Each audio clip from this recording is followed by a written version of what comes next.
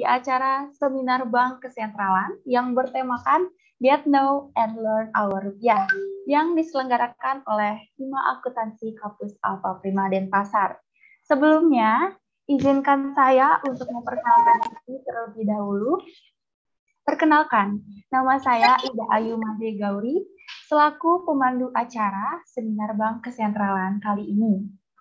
Selanjutnya nih, untuk kelancaran acara kita pada pagi hari ini, marilah kita berdoa bersama-sama menurut agama dan kepercayaan kita masing-masing.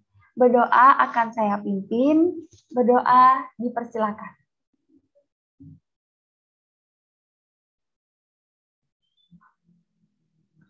Berdoa selesai.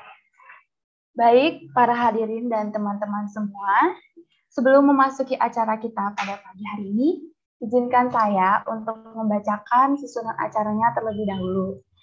Baik, yang pertama, ada sambutan sekaligus pembukaan dari Ketua Umum Hima Akuntansi Kampus Alfa Prima Denpasar, lalu sambutan dari Project Director Seminar Bank Kesentralan, lalu yang kedua dilanjutkan dengan penyampaian materi dan juga sesi tanya jawab. Selanjutnya ada sesi foto bersama, selanjutnya penutupan dan absensi peserta, dan yang terakhir adalah acara bebas. Baik, untuk mempersingkat waktu, langsung saja kita masuk ke acara yang pertama, yaitu sambutan-sambutan. Sambutan yang pertama ada dari Ketua Umum Hima Akuntansi Alfa Prima Denpasar, Kadek Cynthia Oktiana. Untuk waktu dan tempat kami persilakan.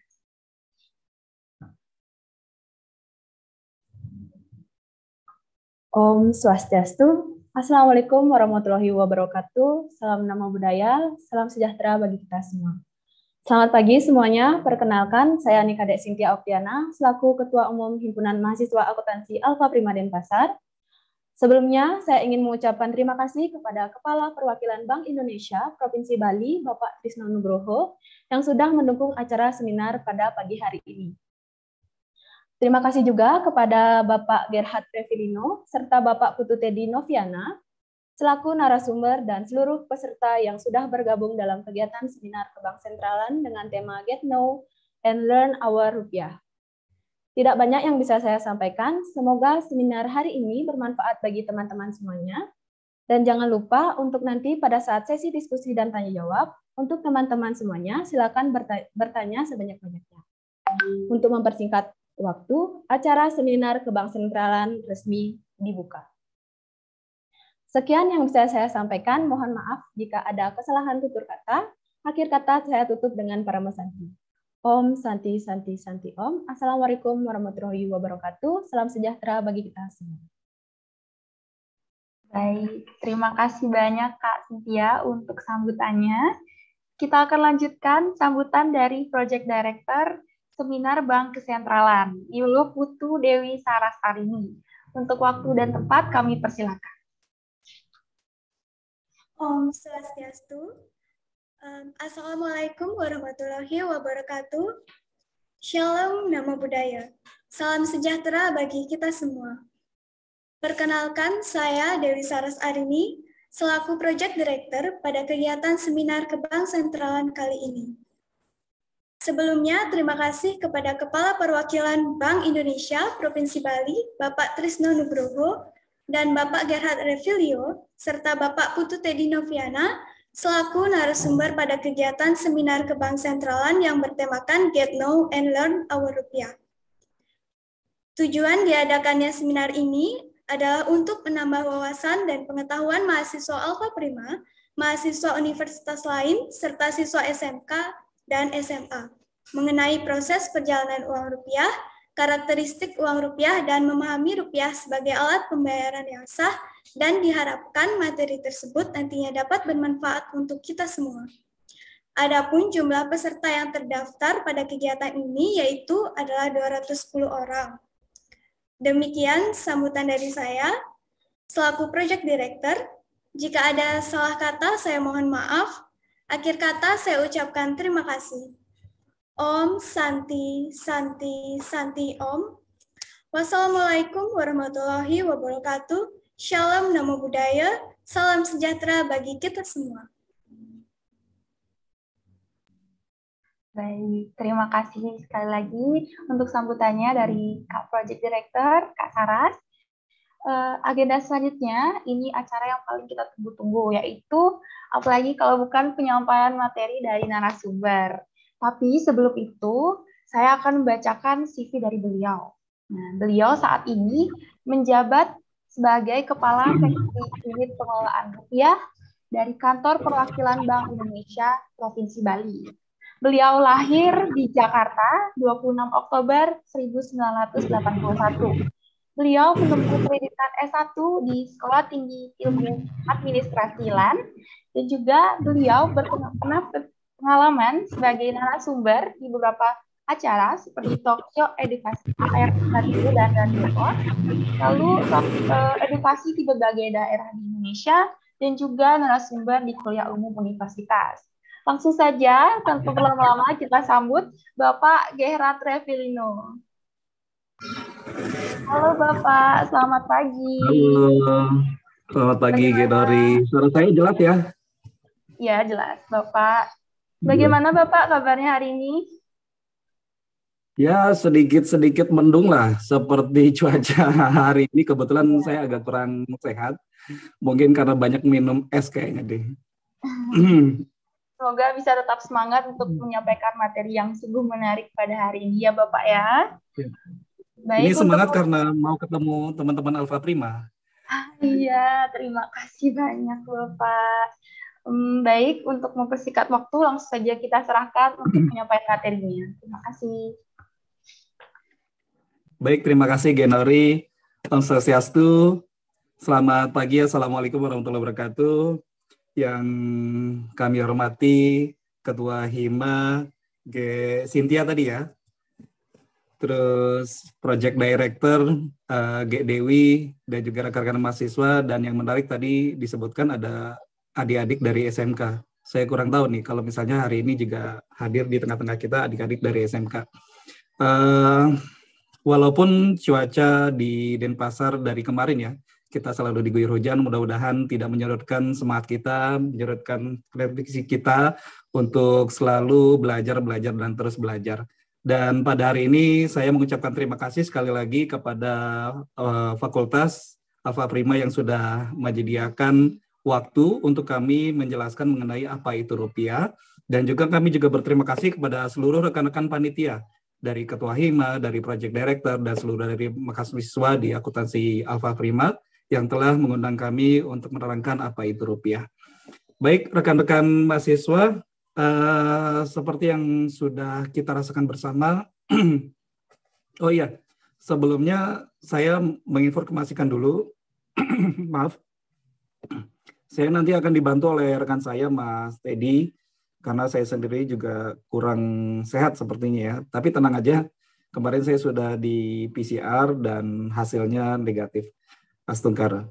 Nanti ada rekan kami dari Mas Edi yang sudah bergabung dan juga ada Mas Eka, dan rencananya kami juga menyiapkan beberapa hadiah menarik dari Bank Indonesia buat nanti rekan-rekan yang mungkin bertanya dan lain sebagainya.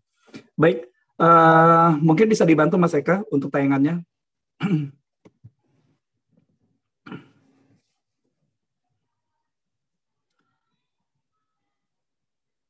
Mas Teddy ya. Ya, sudah terlihat Mas Teddy. Baik, next Mas Teddy. Ini materi kita yang akan kita bahas pada pertemuan kita pada hari ini adalah mengenai cinta bangga paham rupiah. Nah, adik-adik yang berbahagia, sebagaimana kita rasakan bersama bahwa sebenarnya rupiah itu merupakan bagian dari hidup kita. Baik itu secara, saya yakin adik-adik dari mahasiswa maupun teman-teman dari SMK itu setiap hari itu menggunakan rupiah untuk transaksi, baik tunai maupun non-tunai. Nah, sayangnya di Indonesia itu rupiah hanya dilihat secara fisik belaka. Jadi coba melihat fisiknya, oh rupiah keren gitu ya, tapi kita tidak memahami makna dan juga filosofi yang terkandung di dalamnya. Oleh karena itu, pada 60 menit nanti ke depan, kita akan membahas apa sih cinta bangga paham rupiah. Oke, next. Langsung Mas Eka ke cinta, langsung ke cinta bangga paham. Next. Biar nanti Mas Teddy. Nah, ini. Baik, apa sih sebenarnya cinta baga paham rupiah? Nah, ini perlu kami informasikan bahwa berdasarkan Undang-Undang Dasar tahun 1945, ini membicarakan tentang harga dan macam mata uang. Dan ada undang-undang terbaru lagi yang namanya Undang-Undang Mata Uang, yaitu nomor 2 tahun 2011. Nah, ini yang banyak, nomor 7 tahun 2011, ini yang banyak mengenai membicarakan tentang uang. Jadi di dalam undang-undang tersebut itu dijelaskan ciri umum, ciri khusus, terus harga mata uang, dan juga berkenai sanksi-sanksi. Jadi kalau misalnya yang kemarin tuh ada di YouTube misalnya, di YouTube ya, itu kan banyak tuh ada orang yang YouTuber yang membakar uang atau YouTuber yang membuang-buang uang. Itu sebenarnya kalau misalnya dia bisa dikenakan sanksi berdasarkan Undang-Undang Nomor 7 tahun 2011. Atau misalnya yang kemarin tanggal 14 Februari itu merayakan Hari Valentine misalnya. Nah, itu kan ada tuh yang misalnya mereka mengirimkan atau membagikan bunga yang dibuat dari uang rupiah gitu ya. Uang itu dilipat-lipat terus dijadikan bunga atau dijadikan bentuk-bentuk tertentu, terus dibagikan kepada misalnya pasangannya dan lain sebagainya. Nah, secara kreativitas sih oke gitu ya, tapi secara undang-undang sebenarnya itu telah menyalahi gitu ya, karena itu termasuk salah satu kegiatan merusak uang.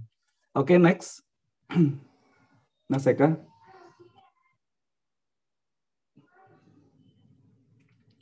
Agak lambat ya, karena filenya besar loh.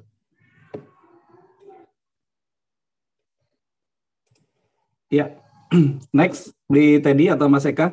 Nah, rekan-rekan mahasiswa, jadi berdasarkan Undang-Undang Nomor 7 tahun 2011 ini, itu Bank Indonesia itu diberikan kepercayaan untuk mengedarkan uang rupiah.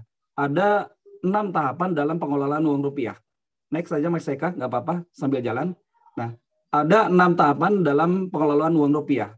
Yang pertama adalah perencanaan, terus kita mendesain, terus mencetak, terus menerbitkan, terus selanjutnya mengedarkan. Setelah mengedarkan kita menarik uang rupiah itu, selanjutnya kita memusnahkan uang rupiah yang sudah tidak layak edar gitu ya. Nah, dari beberapa tahapan dalam pengelolaan uang rupiah itu sebenarnya yang paling berat adalah pengedaran. Karena seperti yang kita ketahui sendiri, bayangkan di Indonesia itu terdiri dari 17.000 sekian pulau. Ini luar biasa banyak. Tidak ada negara memiliki karakteristik yang sehebat Indonesia. Jadi kita pulaunya tuh sangat banyak gitu ya. Nah, sayangnya walaupun pulau kita sangat banyak, ternyata alat transportasinya itu tidak mendukung gitu ya. Tidak begitu mendukung sehingga ini menjadi tantangan tersendiri bagi Bank Indonesia untuk mengedarkan uang rupiah dari Jakarta, tempat mereka dicetak, dan juga sampai dengan pelosok-pelosok Indonesia.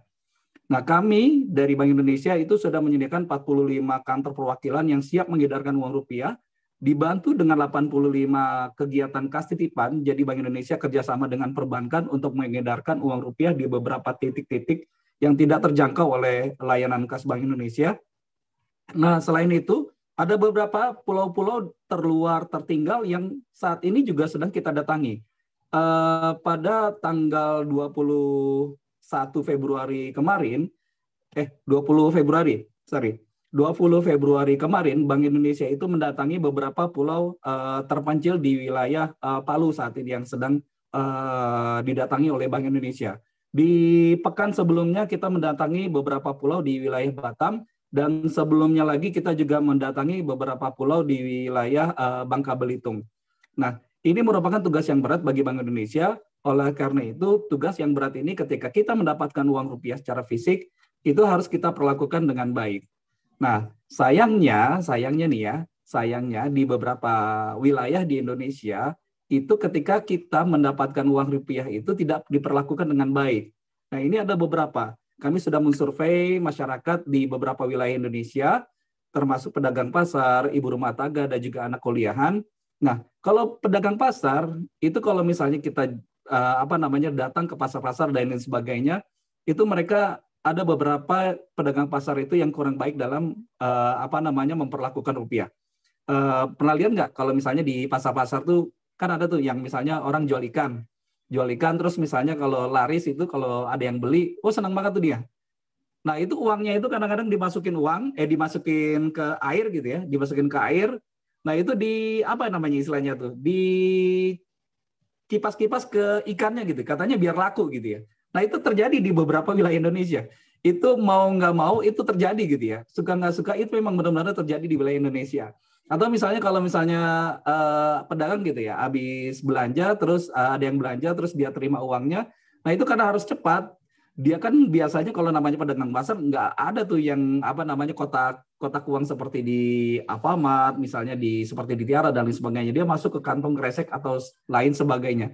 Sehingga uang yang tadinya bagus itu bisa terlipat, atau misalnya kadang-kadang kalau misalnya sudah banyak itu diikat pakai karet ya sama mereka. Nah, padahal beberapa kegiatan-kegiatan tersebut itu sebenarnya mempercepat umur rupiah itu sendiri.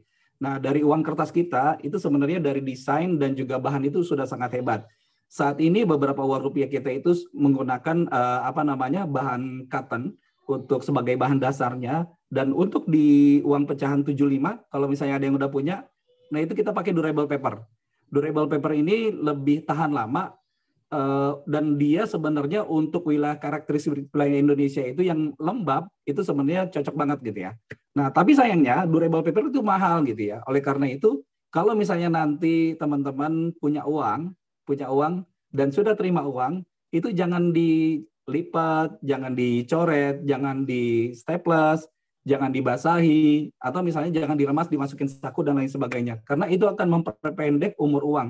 Ingat, harga pencetakan uang itu tidak mahal, jadi biaya cost operasional Bank Indonesia itu terbesar adalah pencetakan uang. Oleh karena itu, kalau misalnya perilaku kita itu sudah baik dalam memperlakukan uang, ini sebenarnya akan memperpanjang umur uang itu sendiri, sehingga banyak anggaran yang tidak terserap, yang tidak terbuang percuma hanya untuk mencetak uang untuk menggantikan uang yang sudah lusuh. Karena kalau uang lusuh, itu kalau udah masuk ke Bank Indonesia itu akan dimusnahkan dan kita ganti dengan yang baru. Nah, termasuk dengan uang logam. Coba deh kalau misalnya di sini, siapa yang misalnya kalau misalnya dapat uang logam itu disimpan dengan baik, misalnya taruh di tempatnya, atau misalnya di pouch dan lain sebagainya. Pasti kalau misalnya uang logam, yang pertama, mungkin kalau ada yang punya mobil, kita tarik di beberapa tempat di mobil kita, karena memang tempat untuk uang parkir. Oh itu oke gitu ya, karena memang itu untuk diedarkan lagi. Nah yang menjadi masalah kalau misalnya nih ya, ada beberapa perilaku teman-teman kita misalnya dapat uang pecahan 100, pecahan 200, yang merasa mereka, ini nggak ada harganya nih kayaknya gitu ya. Padahal uang itu walaupun kecil nilainya itu untuk transaksi gitu ya. Bayang kalau misalnya kita di Alfa gitu ya, atau di salah satu hypermart di wilayah Bali, itu kan kalau misalnya mereka nggak ada uang 100, mereka nggak boleh sebenarnya memberikan kita permen dan lain sebagainya. Nah, jadi walaupun uang logam, walaupun kecil nilainya, sebenarnya itu sangat berguna untuk kelancaran transaksi sehari-hari. Oleh karena itu, baik uang kertas maupun uang logam, jangan disepelekan. Uang logam itu harus disimpan. Nah, kalau misalnya kita lagi belanja, itu dipakai lagi untuk transaksi. Jadi jangan malu menggunakan uang logam untuk transaksi. Next, Mas Eka.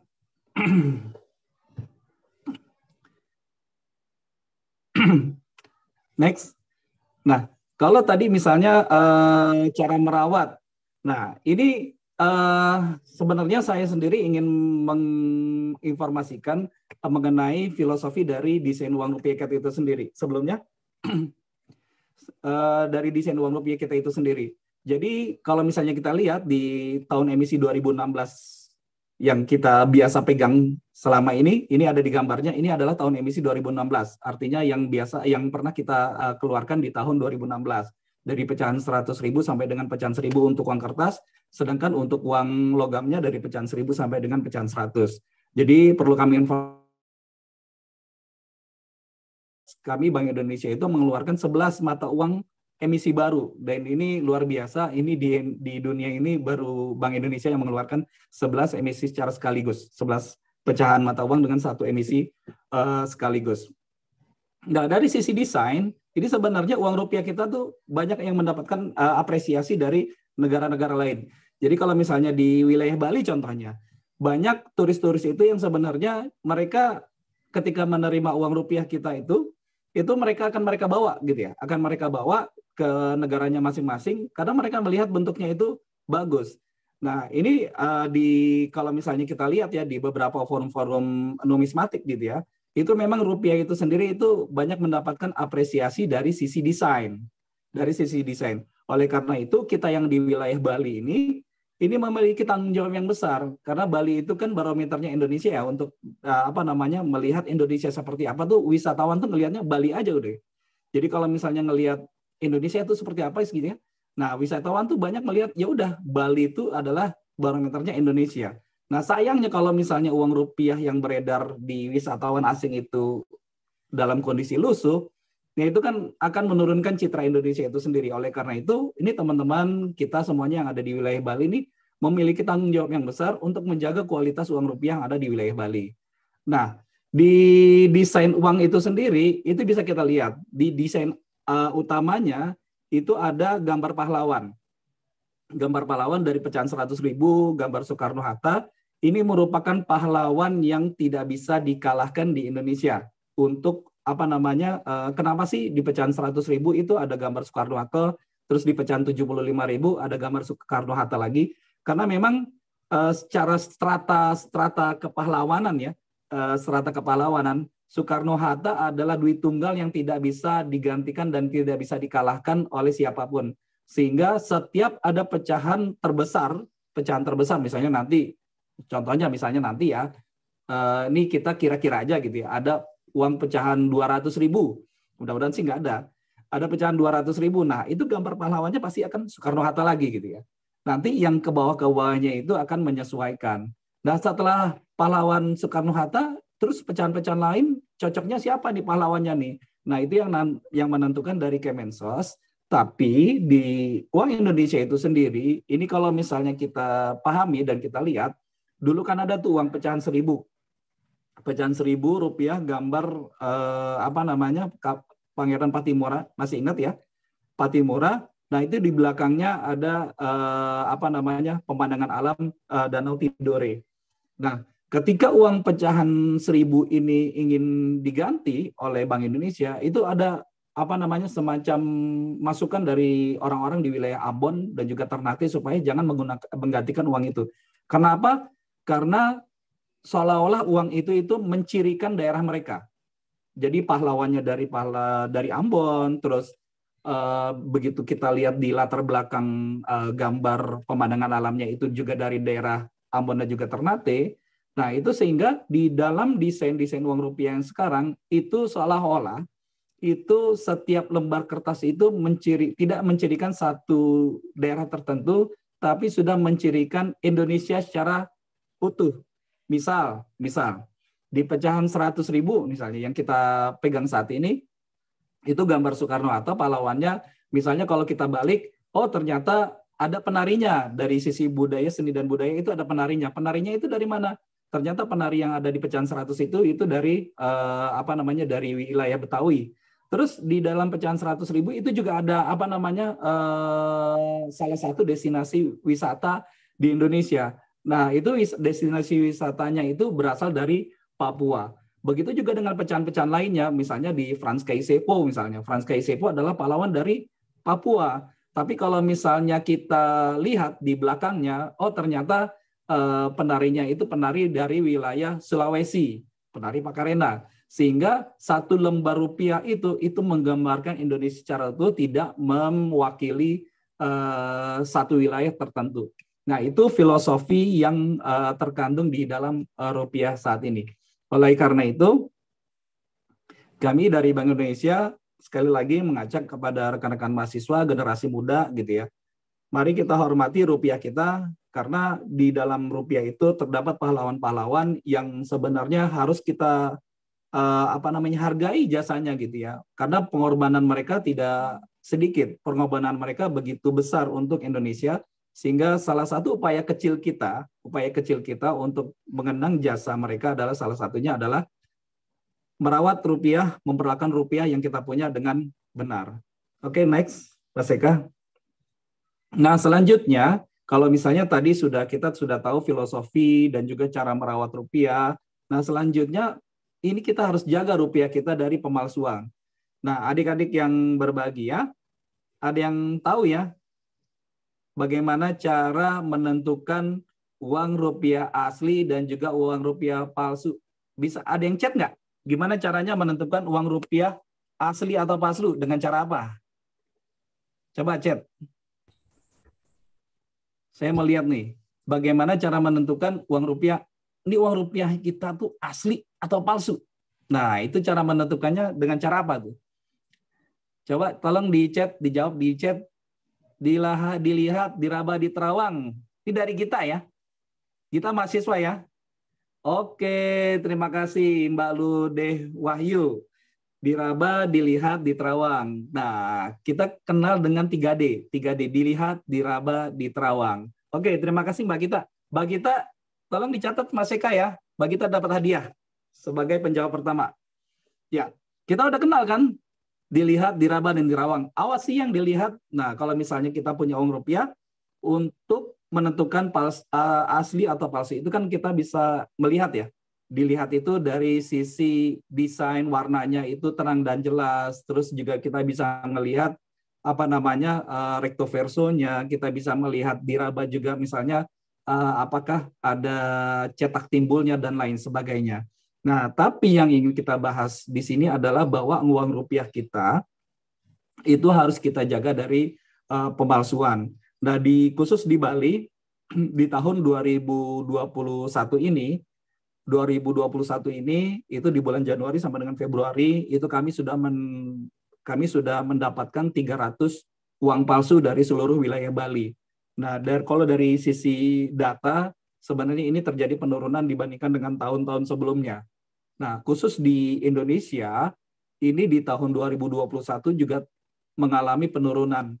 Nah, kalau misalnya kita lihat di tahun 2020 di grafik yang sebelah kiri atas, di layar kita, itu di tahun 2020 itu di triwulan 2. Triwulan 2 itu terjadi penurunan signifikan, penemuan uang palsu yang ada di Indonesia. Nah, sebenarnya ini dampak dari pandemi COVID. Jadi ketika awal pandemi COVID itu masyarakat berbondong-bondong untuk semuanya isoman di rumah gitu ya, nggak keluar rumah sehingga peredaran uang rupiah saat itu juga sedikit dan juga uang palsu itu dilihat dari datanya itu juga sedikit yang beredar. Nah, ini berbeda dengan triwulan 3, 4 dan juga triwulan 1 di tahun 2021. Tapi yang menarik ini saya bukan membahas masalah peredaran uang rupiahnya secara angka, tapi secara rasio. Jadi rasio uang palsu kita, di rasio uang rupiah palsu kita, rasio uang palsu terhadap 1 juta lembar uang rupiah, itu ternyata cukup sedikit. Jadi di tahun 2021, di triwulan 1 itu rasio uang palsu per 1 juta lembar uang rupiah itu hanya 2 lembar. Di triwulan 2 hanya 3 lembar. Di triwulan 3 itu hanya 3 lembar. Kok ini di tahun 2021 triwulan 3 jumlah rupiahnya sedikit tapi rasionya tetap sama dibandingkan dengan triwulan 2. Ingat di triwulan 3 ada kegiatan PPKM secara massal hampir di seluruh wilayah Indonesia level 4. Itu yang menyebabkan menurunnya uang beredar di masyarakat sehingga rasionya juga menjadi sama. Nah, terus hebatnya apa gitu ya dengan rasio ini? Nah, mesti teman-teman ketahui bahwa rasio uang palsu kita terhadap uang asli itu sebenarnya termasuk yang rendah dibandingkan dengan negara-negara maju seperti Amerika misalnya, terus beberapa negara Eropa. Jadi di Amerika sendiri, dolar Amerika itu rasio uang palsunya itu cukup tinggi, dia sampai 2 digit. Kalau nggak salah, saya waktu itu 2018 itu rasio uang palsu di USD itu saat itu kita 9. Rasio uang palsu kita, mereka udah 2 digit, udah 3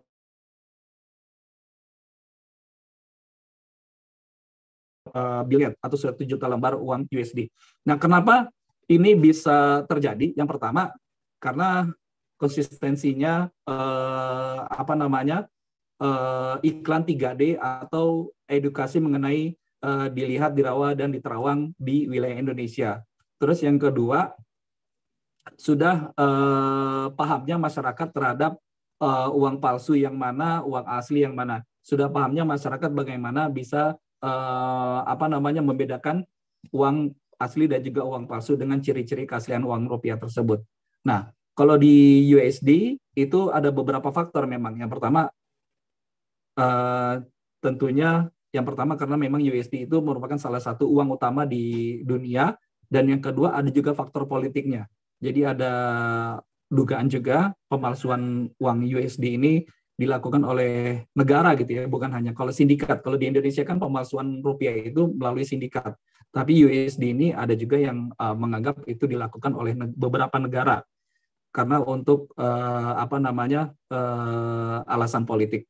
Nah, tapi untuk itu kita tidak bahas secara dalam, tapi kita coba sama-sama jaga uang rupiah kita supaya rasio uang rupiah palsu kita itu makin sedikit, makin rendah dengan cara kita ketika bertransaksi itu pastikan uang rupiah kita asli, dan kalau misalnya kita menemukan ada uang palsu itu jangan didiamkan, tapi dilaporkan ke Bank Indonesia ataupun diserahkan ke bank umum terdekat. Kalau terima uang palsu jangan diedarkan lagi karena nanti kita bisa ditangkap.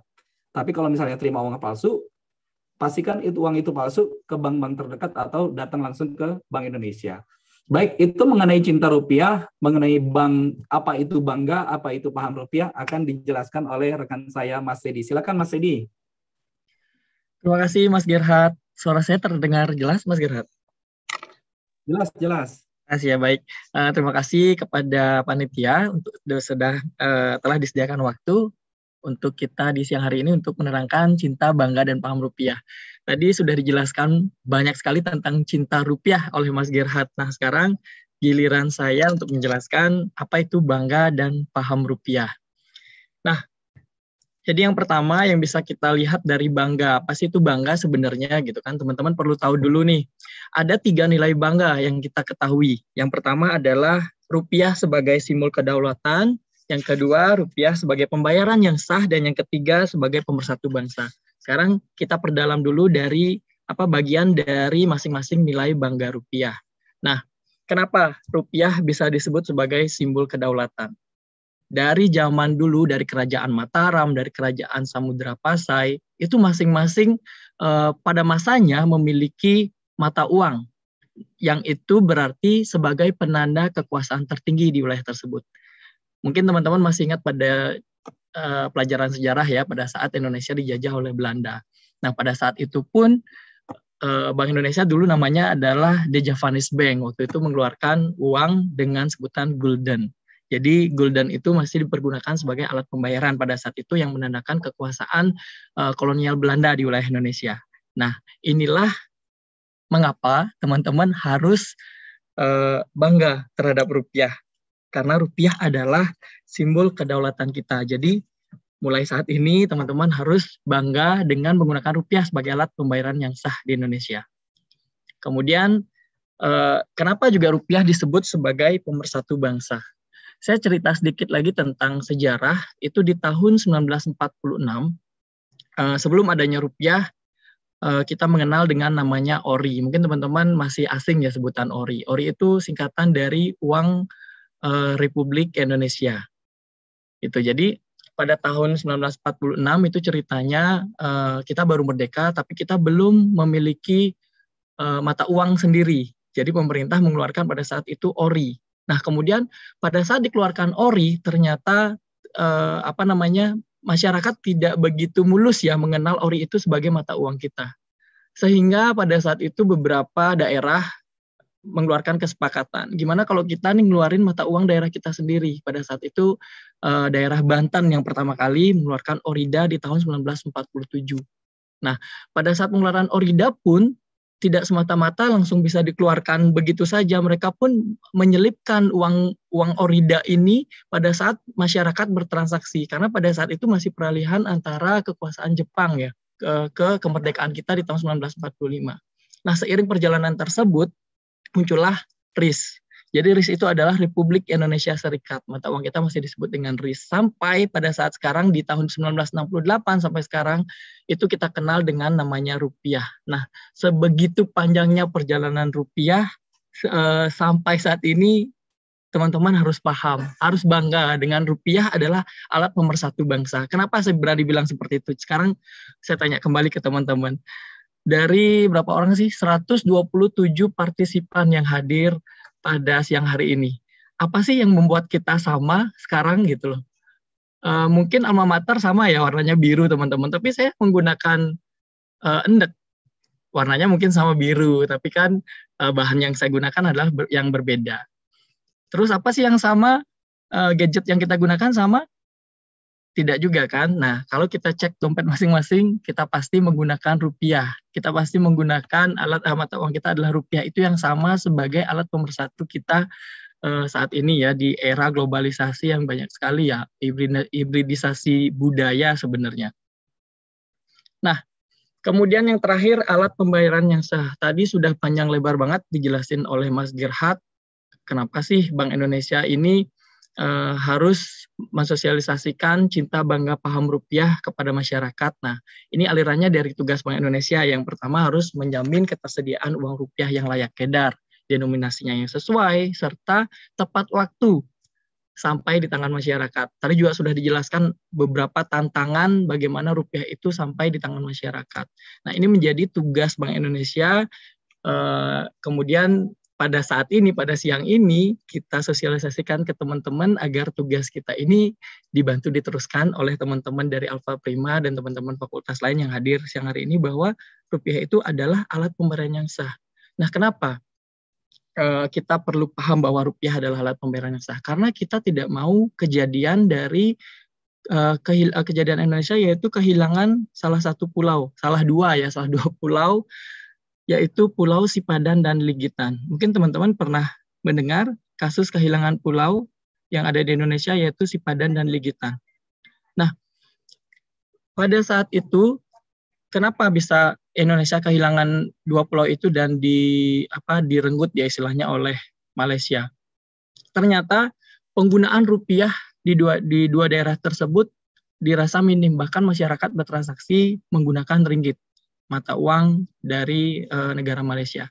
Nah, jangan sampai nih kita di Bali yang kita ketahui adalah kota provinsi pariwisata, Denpasar khususnya ya, kita kenal Kuta, kita sebagai tujuan utama pariwisata dari mancanegara. Nah, jangan kita biarkan uang rupiah lain atau uang mata uang asing bertransaksi di daerah kita. Boleh atau bisa teman-teman bayangkan apabila beberapa wisatawan mancanegara datang ke sini bertransaksi dengan mata uang mereka sendiri. Kita biarkan mereka bertransaksi dengan mata uang mereka sendiri. Apakah Bali bisa seperti Sipadan dan Ligitan? Apakah teman-teman akan membiarkan Bali bernasib sama seperti Sipadan dan Ligitan? Nah, harapan kami teman-temanlah yang ikut mengingatkan bahwa alat pembayaran yang sah di Indonesia ini, khususnya di Bali, adalah rupiah. Mungkin teman-teman nanti akan menjadi salah satu entrepreneur ya, yang membuka usaha, apalagi akan terjun di bidang pariwisata. Kita harus ingatkan bahwa setiap transaksi yang terjadi di Negara Kesatuan Republik Indonesia, alat pembayarannya adalah rupiah. Nah, itu di bidang bangga rupiah. Sekarang kita perdalam lagi apa itu paham rupiah. Nah, paham rupiah juga ada 3 nilai yang kita harus ketahui. Yang pertama adalah bertransaksi, yang kedua berbelanja, dan yang ketiga berhemat. Sekali lagi ya teman-teman harus ingat, 3 nilai yang ada di paham rupiah adalah bertransaksi, berbelanja, dan berhemat. Nah, sekarang kita perdalam lagi apa sih kenapa rupiah itu harus ada 3 nilai: bertransaksi, berbelanja, dan berhemat. Nah, paham bertransaksi. Dulu sebelum kita gaungkan cinta bangga paham rupiah, teman-teman mungkin pernah mendengar sosialisasi yang sebatas 3D dan 5G. Nah, sosialisasi tersebut kita batasi hanya sebatas fisik rupiah saja. Namun pada saat ini di paham bertransaksi ini kita tekankan lagi ke teman-teman bahwa paham bertransaksi itu adalah memahami fungsi rupiah itu, fungsi uang itu sebagai satuan hitung. Jadi apapun alat transaksinya, baik itu tunai maupun non-tunai, satuan hitungnya adalah rupiah. Mengapa kita tekankan rupiah? Jadi bisa dilihat ya, perjalanan dulu transaksi yang ada di Indonesia mulai dari barter. Barter tidak menggunakan rupiah. Berjalan lagi ada sebutannya uang komoditas, uang kerang. Nah, Disinilah kita semua harus paham bertransaksi bahwa di era saat ini adalah rupiah adalah alat transaksi kita. Jadi kita harus paham bertransaksi dengan menggunakan rupiah. Nah, kenapa kita tekankan non tunai juga? Mungkin teman-teman pernah mendengar dulu ada namanya WeChat. WeChat itu alat pembayaran sekelas OVO ya mungkin, tapi di situ menggunakan mata uang renminbi dari negara Cina. Kalau teman-teman pernah dengar, itu transaksinya yang kuat waktu itu di daerah Ubud. Nah, ini yang kita harapkan dari teman-teman. Kenapa kita tekankan paham bertransaksi, teman-teman harus cerdas bertransaksi dengan rupiah. Kenapa? Karena baik itu uang kartal, uang elektronik, kartu ATM, apapun instrumen pembayarannya, jadi semuanya itu wajib menggunakan rupiah. Karena rupiah adalah mata uang yang sah di Negara Kesatuan Republik Indonesia. Nah, itu di bagian transaksi. Kemudian kita lanjut yang paham berbelanja. Nah, ini sering banget terjadi ya di teman-teman ataupun orang tua di rumah, mungkin perlu diingatkan juga. Yang pertama itu adalah belanja sesuai kebutuhan, itu berfungsi untuk kontrol inflasi. Mungkin teman-teman bingung kenapa sih paham berbelanja ini akibatnya ke inflasi gitu. Contoh simpel yang saya ambil ya, misalnya ini, mungkin ada teman-teman yang menemani ibu berbelanja ke pasar gitu kan. Jadi pada saat ibunya berbelanja bawang merah misalnya, bawang merah ibu belinya 2 kilo. Padahal sampai rumah bawang merah itu ibu hanya membutuhkan 1 kilo. Terus mikirnya gini, ya udah sekalian jalan deh kita beli 2 kilo aja, nanti bisa taruh di kulkas gitu. Nah, tanpa disadari, setelah membeli 2 kilo, terpakai 1 kilo sampai di rumah, 1 kilonya itu disimpan di kulkas, dan keesokan harinya ibu itu mungkin lupa dengan sudah membeli bawang. Kemudian bawang itu busuk di kulkas. Tahu nggak teman-teman akibatnya apa? Apa hubungannya sama inflasi? Ada yang bisa jawab nggak di kolom chat?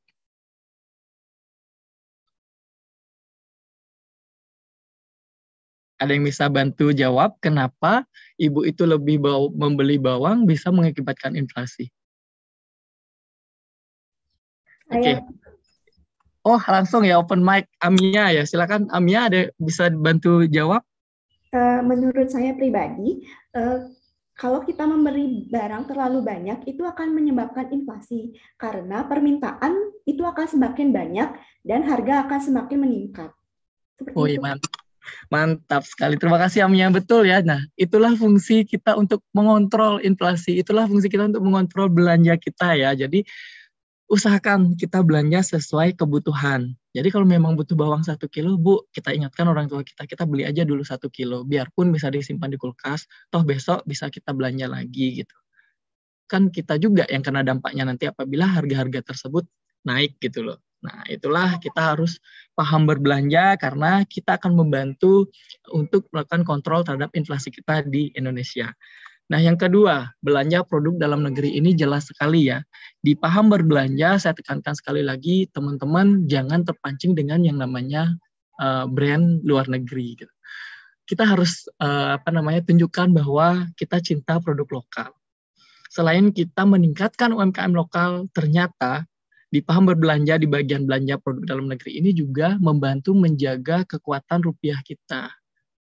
Kenapa itu bisa membantu menjaga kekuatan rupiah kita? Karena pada saat kita membeli produk luar negeri itu akan ada nilai pembelanjaan ekspor yang tinggi dari negara kita. Nah, coba dibayangkan impor yang tinggi dari negara kita, akan coba dibayangkanlah pada saat permintaan kita akan barang branded itu meningkat. Apa yang terjadi dengan rupiah kita?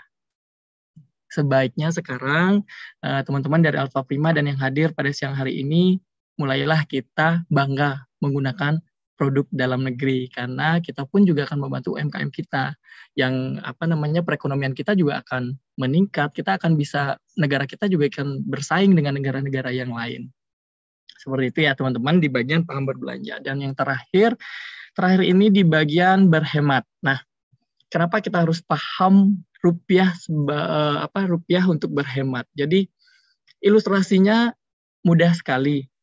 Jadi, pada saat teman-teman memiliki kelebihan uang gitu, misalnya ada rezeki nomplok nih 100 juta gitu. Tiba-tiba pengen beli barang branded. Nah, saran kami adalah teman-teman harus berhemat. Caranya, mempunyai uang 100 juta, lakukan salah satu cara yaitu investasi. banyak lembaga keuangan atau perbankan yang bisa kalian manfaatkan untuk menyimpan keuangan kalian. Nah, tujuannya nanti apa? Banyak UMKM kita yang membutuhkan tambahan dana. Nah, disitulah peran perbankan nanti yang akan menerima atau memanfaatkan uang yang kalian investasikan di perbankan untuk disalurkan kembali kepada UMKM yang sedang berkembang. Nah, itulah fungsinya rupiah mendukung pertumbuhan ekonomi melalui rupiah.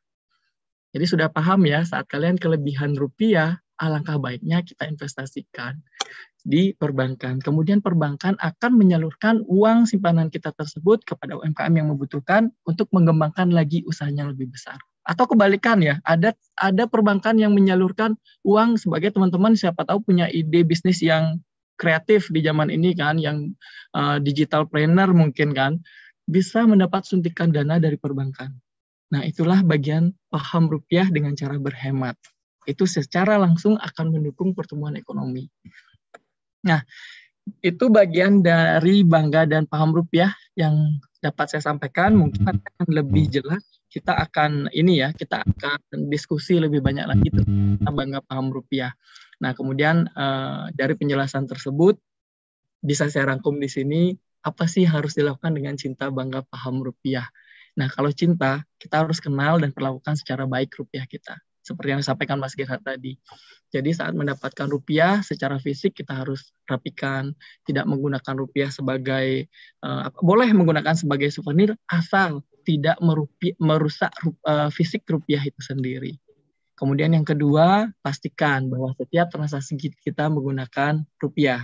Karena rupiah adalah satu-satunya alat pembayaran yang sah di negara Kesatuan Republik Indonesia. Yang ketiga, seperti yang saya jelaskan tadi, bijak dalam membelanjakan rupiah. Bijak dalam berfungsi untuk mengontrol inflasi, bijak dalam berbelanja produk lokal. Seperti itu ya teman-teman ya.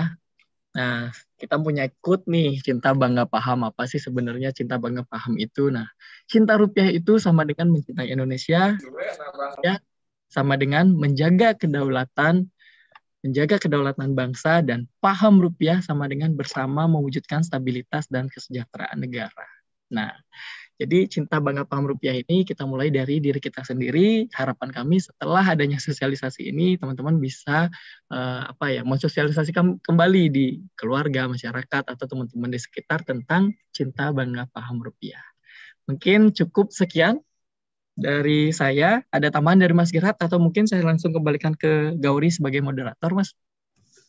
Ya, terima kasih Beli Teddy atas materi yang telah disampaikan. Baik teman-teman, itu materi yang mengenai cinta bangga paham rupiah. Mungkin selanjutnya kita buka langsung ya sesi tanya jawab. Namun sebelumnya untuk teknisnya kami serahkan kembali ke Gauri. Silakan. Baik, terima kasih banyak Bapak Gerhard dan Bapak Teddy atas penyampaian materinya yang luar biasa tentang cinta bangga paham rupiah.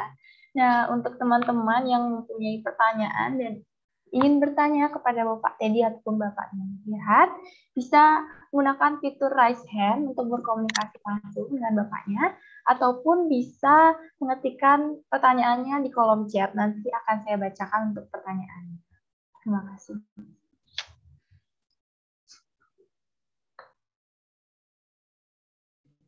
Sudah ada satu tuh, Ge. Oh iya, Bapak. Sudah ada satu. Baik, saya bacakan ya, Bapak ya. Ada pertanyaan dari Kak Mary Tangani. Izin bertanya, jika mendapatkan uang robek, apakah masih bisa dipakai? Jika tidak, di mana kita bisa menukarnya? Terima kasih. Baik, silakan Bapak untuk menjawab. Silakan Mas Teddy. Baik, terima kasih Mas Gerhard. Ini dicatat lagi ya Beli Eka dari Mary Tangga. Satu pertanyaan ya. Nah, jadi uang robek apakah bisa dipakai? Kalau dari segi cinta, kita harus mencintai fisik rupiah ya. Nah, kalau memang sudah robek, sebaiknya ya teman-teman langsung datang ke kita di kantor perwakilan Bank Indonesia Provinsi Bali. Sudah tahu kan lokasinya di Jalan Letda Tantular nomor 4. Itu uang rupiah robek bisa ditukarkan setiap hari Kamis pukul 9 sampai dengan pukul 12. Jadi sebelum datang teman-teman bisa mengisi di aplikasi.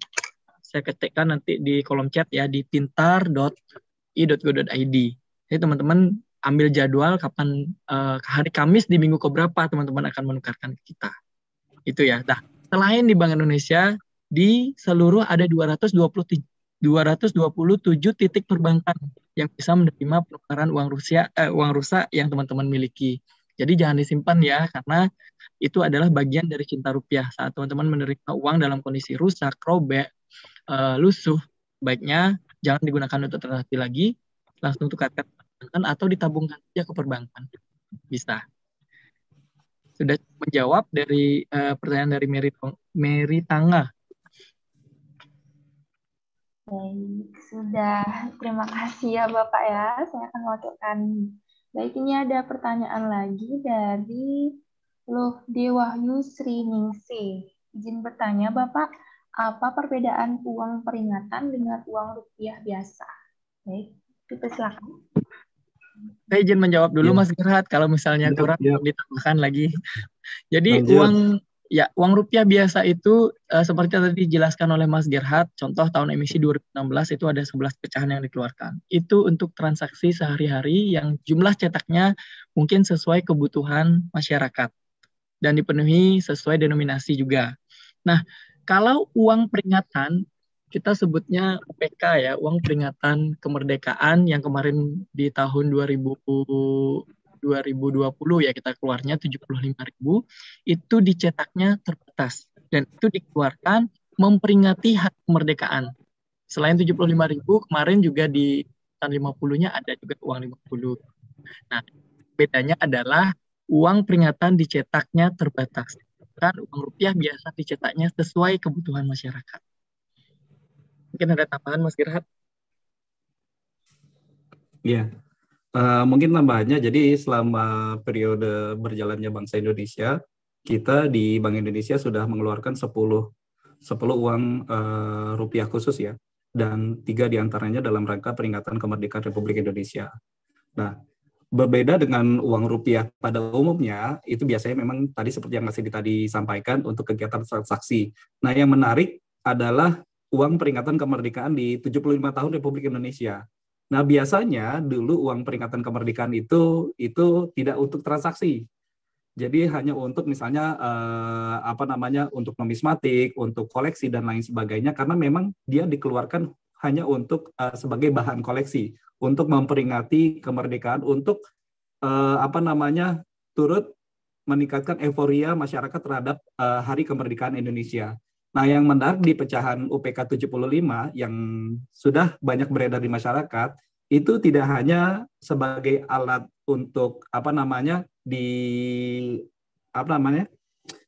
untuk bahan disimpan gitu ya, untuk koleksi, tapi juga bisa untuk alat transaksi. Jadi perbedaan uang UPK 75 dengan uang peringatan sebelum-sebelumnya adalah uang peringatan kemerdekaan RI di tahun 75 itu bisa dipakai sebagai alat transaksi, tidak hanya sebagai alat transaksi, tapi juga bisa dilakukan sebagai alat koleksi. Mungkin itu tambahan dari saya. Kita bisa lanjut ke pertanyaan selanjutnya. Baik, terima kasih Bapak jawabannya. Semoga bisa menjawab ya Kak. Ada pertanyaan selanjutnya dari Nibade Sani Diantari. Pertanyaannya ini mewakili pertanyaan kita semua kayaknya. Izin bertanya Kak, tadi kan ada dibahas tentang pengelolaan uang. Apakah uang yang tidak layak pakai itu didaur ulang atau memang dimusnahkan dan diganti dengan uang yang baru nih? Terima kasih. Silakan Bapak. Izin menjawab, Gerhard. Jadi untuk uang yang tidak layak pakai, tidak didaur ulang ya, kita proses itu sebenarnya ada sesuai level sih di situ. Jadi sesuai level itu 1 sampai 16. Kalau kita nilai uang itu berada di bawah, untuk uang pecahan besar di bawah 8, itu pasti kita akan langsung musnahkan. Kalau uang pecahan kecil dari 20.000 sampai 1.000 itu sesuai levelnya di bawah 6, kita pasti akan langsung musnahkan. Tidak untuk didaur ulang. Jadi tapi pengetahuan ini jangan sampai mengurangi kecintaan teman-teman ya. Toh besok juga akan dimusnahkan kalau rusak. Jangan sampai seperti itu. Harapan kami tetap teman-teman menjaga visi rupiah sebagai bentuk cinta terhadap rupiah. Sekian, Dori. Baik, terima kasih lagi. Selanjutnya ada pertanyaan dari Aditya Bagus. Salam kebajikan, salam pagi. Selamat pagi. Saya Aditya ingin bertanya, bagaimana penilaian atas tindakan jual beli uang kuno Indonesia oleh para kolektor? Terima kasih. Mana ya? Ya. Jadi kalau misalnya untuk uang koleksi ya, misalnya ada beberapa teman-teman yang punya uang pecahan 5.000 tahun seri 1968. Nah, kalau untuk uang koleksi, kami dari Bank Indonesia tidak memiliki regulasi atau kebijakan tertentu untuk menaungi untuk kegiatan transaksi terhadap uang koleksi. Jadi kalau untuk uang koleksi itu kami serahkan kepada mekanisme pasar. Misal di uang pecahan biasa di seri 2016 misalnya, itu ada nomor seri yang ternyata nomor serinya itu adalah tanggal ulang tahun Gauri.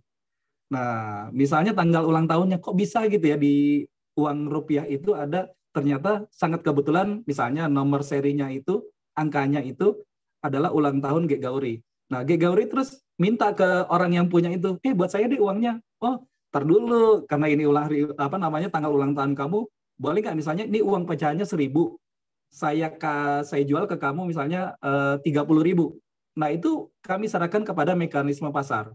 Karena di dalam uang koleksi itu sendiri, itu terhadap penilaian tertentu bagi si peminatnya itu sendiri. Jadi kami dari Bank Indonesia itu tidak memiliki regulasi untuk membatasi transaksi dari uang koleksi. Itu kami serahkan kepada mekanisme pasar.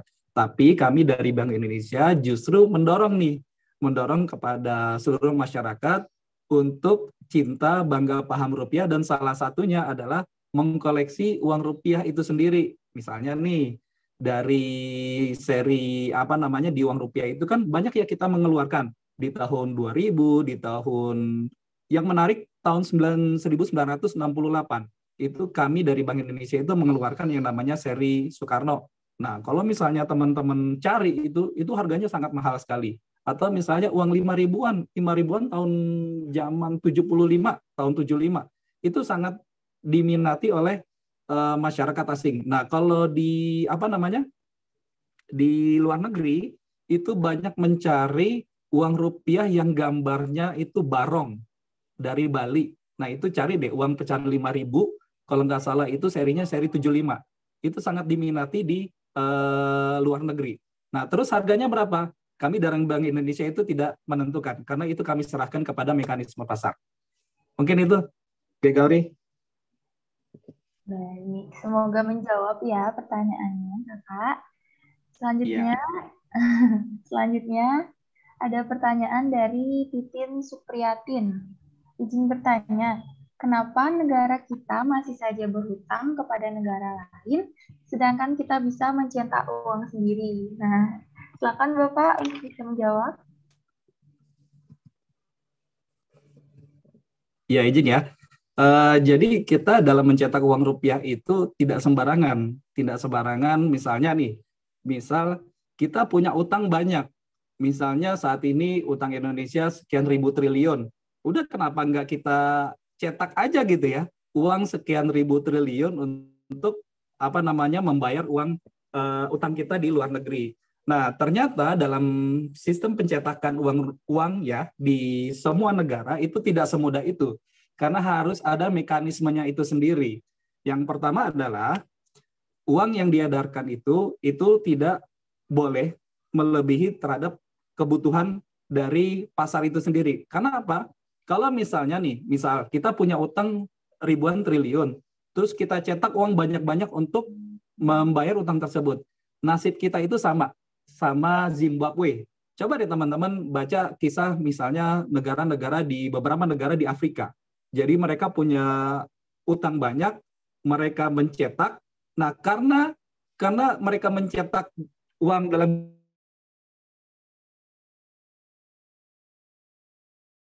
dengan mudah dapat uang tersebut, sehingga karena masyarakat dapat dengan mudah, akhirnya mereka juga membelanjakan juga dengan mudah. Nah, Ini akibatnya apa? Ini akan berakibat pada inflasi. Karena uang yang beredar di masyarakat itu dalam jumlah yang banyak. Nah, sehingga pada saat itu misalnya Zimbabwe yang tadinya, atau misalnya kalau misalnya kita lihat Venezuela ya, Venezuela yang terakhir itu, bayangkan kalau misalnya setahu saya, saat ini kalau misalnya kita membeli 1 gulung tisu, itu harganya 2,5 juta. 2,5 juta, apa namanya? Venezuela apa ya? Mata uangnya. Kalau nggak salah, pokoknya ada fir-firnya deh. Saya nggak begitu hafal gitu ya. Tapi saya pernah baca gitu ya. Di tahun 2016, 2017-an itu ketika Venezuela sedang jatuh-jatuhnya terhadap, karena waktu itu kalau itu bukan karena utang, kalau yang karena pencetakan uang itu di Afrika ya, di wilayah Zimbabwe kayaknya dan lain sebagainya. Tapi kalau Venezuela itu akibat utamanya karena menurunnya harga minyak di dunia.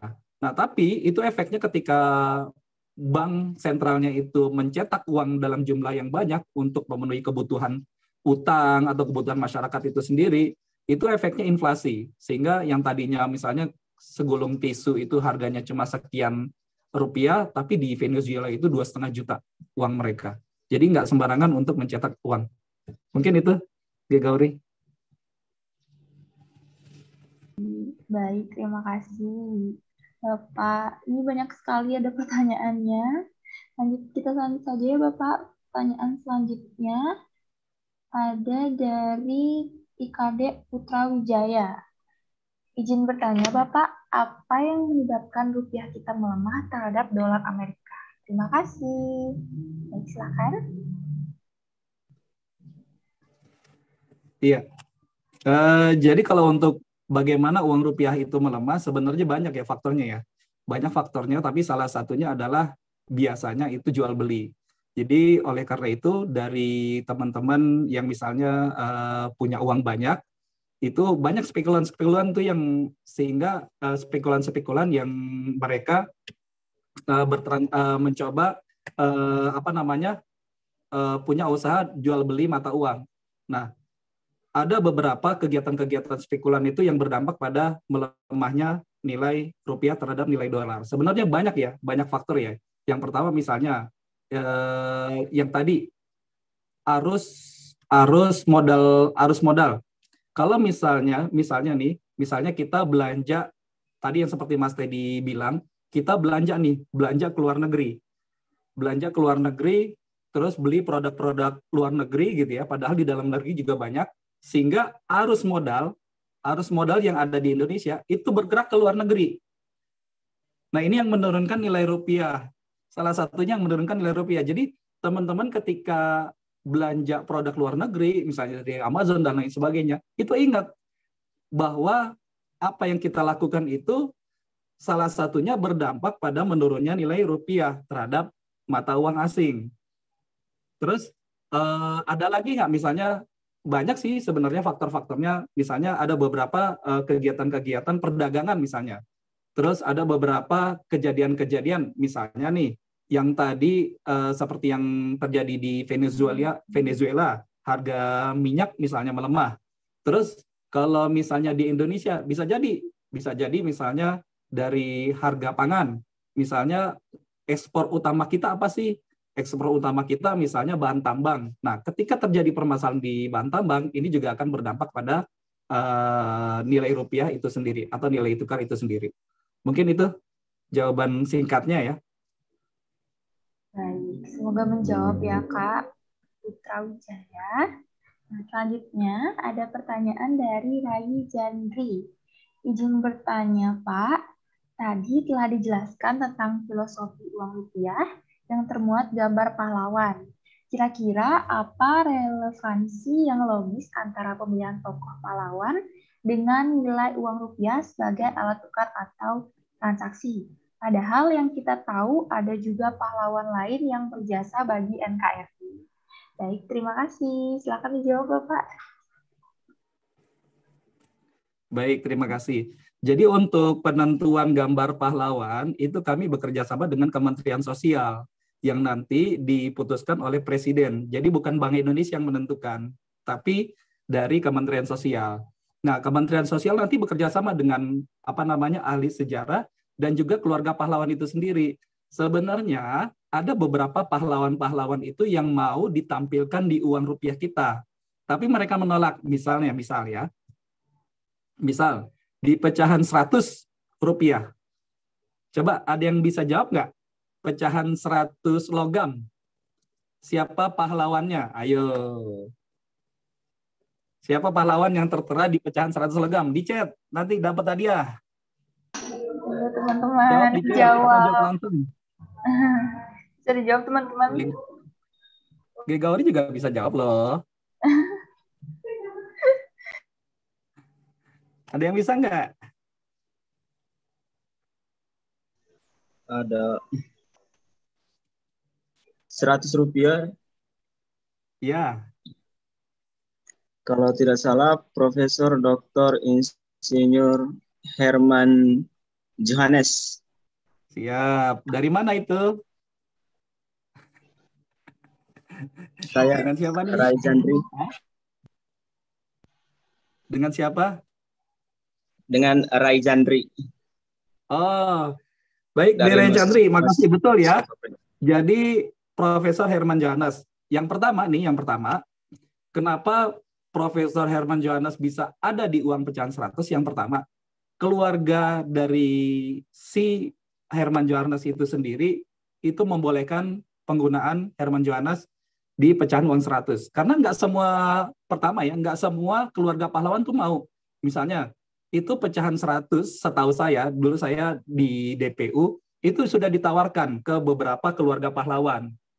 Ayo, di keluarga ini ditawarkan, mau nggak gambar keluarganya pahlawan yang jadi bagian dari keluarganya itu ada di uang pecahan 100. Oh, ternyata ada beberapa yang nolak loh. Karena mereka menilai, di pecahan 100 itu kan kecil banget gitu ya. Itu istilahnya tuh dulu pecahan terkecil yang dikeluarkan di tahun 2016.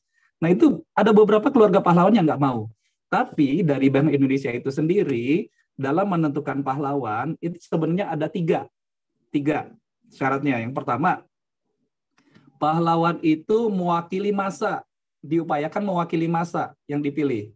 Misal, ada masa penjajahan, itu ada tuh tampil mereka yang melawan penjajah. Ada masa kemerdekaan, ada pahlawan-pahlawan yang terlibat pada masa-masa kemerdekaan. Ada masa pasca kemerdekaan, maka tampillah pahlawan-pahlawan yang hadir di pasca kemerdekaan. Dan juga ada pahlawan yang mewakili masa pembangunan. Nah, Profesor Dr. Herman Johannes ini salah satu yang mewakili masa pembangunan. Itu yang pertama ya, mewakili masa kondisi bangsa Indonesia. Yang kedua, pemilihan pahlawan diupayakan itu mewakili seluruh wilayah Indonesia. Yang pertama misalnya dari wilayah Jawa, itu banyak tuh, ada Soekarno. Terus misalnya dari wilayah Sumatera, ada misalnya Bung Hatta. Dari wilayah Kalimantan, ada Kiai Haji Idam Khalid. Dari wilayah Timur Papua, ada Frans Kaisepo misalnya. Dari wilayah Sulawesi misalnya, ada GSJ Samratulangi. Jadi pemilihan pahlawan juga mewakili seluruh wilayah Indonesia. Nah, yang terakhir, pemilihan pahlawan juga kalau bisa nih ada dari sisi gendernya. Jadi jangan laki semua dong, yang cewek juga mau nih. Kan cewek juga salah satu yang juga berkorban untuk Indonesia. Sehingga tampillah pahlawan-pahlawan wanita juga di uang rupiah kita yang saat ini mungkin dan sebelumnya diwakili oleh Cut Nyak-Dien, dan sekarang adalah siapa di pecahan 1000?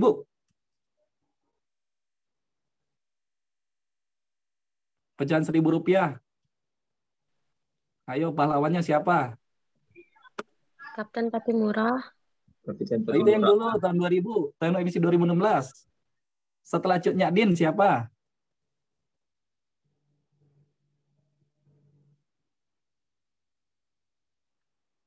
Ayo, dapat hadiah loh. Yang bisa nebak nih. Pokoknya kalau misalnya dapat bisa nebak, saya kasih hadiah.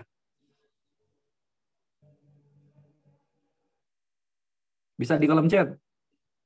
I Gusti Ketut Puja, bukan. Cut Mutia, Pak. Mutia. Cut Mutia, betul. Kalau aja bukan pecahan 1000 kertas, tapi uang 1000 logam. Nah, Yang sebelumnya kalau di Bali itu I Gusti Ngurah Rai ya, ada di pecahan 50.000 tahun emisi 2005. Nah, ini teman-teman juga penampilan I Gusti Ketut Puja di di emisi 2010 itu salah satunya mewakili masa kemerdekaan, karena I Gusti Ketut Puja itu salah satu dia yang ikut andil dalam proses kemerdekaan. Terus dia juga andil dalam penyusunan Pancasila dan juga Undang-Undang Dasar, dan dia juga sebagai salah satu gubernur pertama waktu itu yang namanya Sunda Kecil.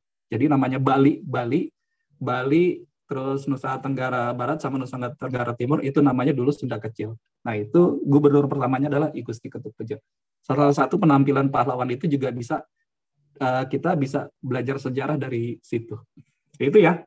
Jadi filosofi pemilihan pahlawan di uang rupiah kita. Ada 3 tadi, mewakili masa masa kemerdekaan Indonesia, terus mewakili seluruh wilayah, terus ada gendernya juga. Baik, silakan lagi, Gauri. Baik, terima kasih. Semoga menjawab ya teman-teman. Selanjutnya ada pertanyaan dari Kak Lodeyesa. Izin bertanya, Kak, kenapa desain uang itu selalu ada perubahan atau pembaruan? Terima kasih. Baik, Bapak, dipersilakan. Baik, sebenarnya kalau desain uang rupiah itu kita diupayakan sama ya, bukan ada pembaruan. Jadi kalau pembaruan itu misalnya ada penempatan sama grafis-grafisnya aja. Tapi kalau misalnya kita baca di Undang-Undang Nomor 7 Tahun 2011, itu kan sebenarnya udah ditetapkan gitu desain utama uang rupiah. Ada ciri umum istilahnya itu. Ciri umum yang pertama misalnya di bagian depan harus ada gambar utama yang berupa pahlawan Indonesia. Siapa mahasiswa Alfa Prima yang mau wajahnya ada di uang rupiah? Menjadi gambar utama uang rupiah? Ada nggak yang mau? Gauri mau? Mungkin untuk saat ini belum, Pak. Oh, masa ada yang nggak mau? Ada yang nggak mau sih? Ada yang mau nggak? Misalnya wajahnya jadi gambar utama uang rupiah. Saat ini. Jadi untuk uang rupiah itu memang ada Mbak Mary mau. Nah, jadi gambar di uang rupiah itu harus ada gambar utama berupa pahlawan Indonesia. Tetapi syaratnya ada satu lagi. Pahlawannya itu harus sudah meninggal. Jadi nggak boleh yang masih hidup. Karena ini supaya nggak menjadi kontroversi. Kalau misalnya orangnya masih hidup, terus gambarnya itu ada di uang rupiah. Karena ini sebenarnya kontroversi ini terjadi di tahun 98 ya. Dulu salah satu presiden kita itu beliau masih hidup, tapi gambar beliau itu sudah ada di uang rupiah. Dulu pecahan 50.000 ada 2 emisi tahun 93 dan juga 95. Untuk 93 itu sebenarnya emisi khusus, tapi untuk 95-nya itu akhirnya digunakan untuk transaksi. Nah, jadi untuk desain uang rupiah sebenarnya itu sudah ada standarnya di Undang-Undang Nomor 7 Tahun 2011 itu, yaitu ciri umum. Jadi ada gambar utamanya berupa pahlawan, terus ada uang tulisannya Negara Kesatuan Republik Indonesia, ada tanda tangan gubernur sama juga dari pihak pemerintah yang saat ini diwakili oleh Kemenkyu, terus ada nilai nominal dan lain sebagainya. Cuma memang di sisi belakangnya itu seni dan budayanya aja yang memang berubah. Jadi kalau untuk ciri umumnya itu tetap, tapi untuk misalnya penggunaan ini kesenian dari mana, ini menggunakan kekayaan alam dari mana. Nah itu yang berubah. Tapi untuk pakemnya, template-nya kita udah ada di Undang-Undang Nomor 7 Tahun 2011, yaitu ciri umum mengenai ciri umum uang rupiah. Itu sudah ditetapkan.